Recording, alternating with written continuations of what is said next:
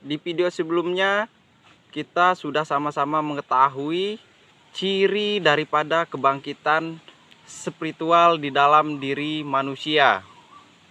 Nah, untuk video saat ini saya akan menjelaskan apa saja resiko-resiko yang akan kita hadapi ketika kita mengalami kebangkitan spiritual di dalam diri kita. Lalu apa manfaat untuk diri kita di dalam kehidupan sehari-hari? Tentunya simak video berikut ini.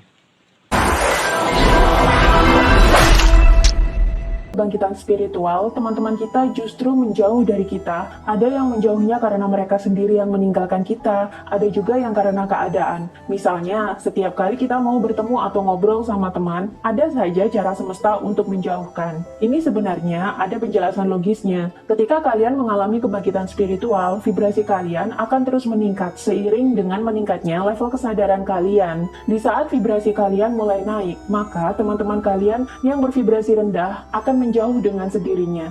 Orang yang memiliki vibrasi rendah memiliki ciri-ciri yang sama. Di mana-mana, mereka itu toksik, penakut, suka membicarakan keburukan orang lain, suka memanfaatkan, manipulatif, palsu, suka mengeluh, mudah iri, cenderung berpikir negatif, dan masih besar watak angkara murkanya. Mungkin saja, dulu kondisi pertemanan kalian adalah yang modelan seperti ini. Ketika kalian mengalami kebangkitan spiritual, secara otomatis vibrasi kalian naik, dan kalian menjadi orang yang positif. Kalian tidak lagi suka bergosip, kalian suka membicarakan ide dan solusi, kalian cenderung positive thinking, kalian happy jika ada orang lain yang sukses, dan kalian juga jadi lebih penyabar dan bijaksana daripada sebelumnya. Ketika orang bervibrasi positif bertemu dengan yang bervibrasi negatif, tentu tidak akan bisa nyambung, baik secara energi maupun secara jalan pikiran. Dengan sendirinya, kalian akan terpisah. Suatu saat, jika kalian bertemu dengan orang yang vibrasinya rendah lagi, secara otomatis kalian akan terpisahkan, walaupun dalam diri kalian sendiri tidak ada niatan untuk memusuhi.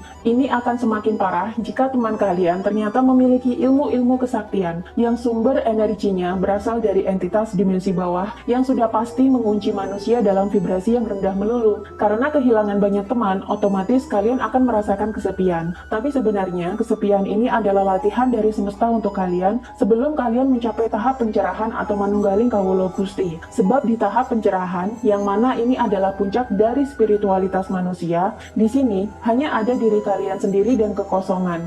Jika kalian tidak bisa mengatasi kesendirian dan kesepian di masa sekarang, bagaimana mungkin manusia bisa mencapai tahap manunggaling kawula Gusti yang sendirian dan sepi? Ini juga adalah latihan dari semesta untuk membuat kita makin sadar bahwa dengan mengandalkan diri sendiri, ternyata kita itu sangat kuat dan powerful. Inilah yang membuat manusia bisa sakti wisesa. Ia jadi kuat dan berwibawa karena dalam mental dan batinnya sendiri sudah kuat, sehingga ia tidak perlu bantuan entitas lain untuk memperoleh kewibawaan dan kedikdayaan. Manusia memiliki 3 jenis kecerdasan, yakni kecerdasan intelektual atau IQ, kecerdasan emosional atau EQ, dan kecerdasan spiritual atau SQ. Kebanyakan kita dididik semasa sekolah, mulai dari TK sampai kuliah, itu hanya mengedepankan kecerdasan intelektual atau IQ saja, tapi EQ dan SQ-nya tidak. Sehingga banyak sekali orang yang pintar secara akademik, namun mereka itu lemah dalam kontrol emosi, mudah terprovokasi, tidak memiliki etika yang baik, dan tidak punya kebijaksanaan. Ketika energi Kundalini bangkit, maka IQ, EQ, dan SQ kamu di-upgrade secara bersamaan. Sehingga manusia menjadi cerdas, namun di satu sisi dia juga memiliki akhlak yang baik, bijaksana, dan memiliki kualitas spiritual yang baik.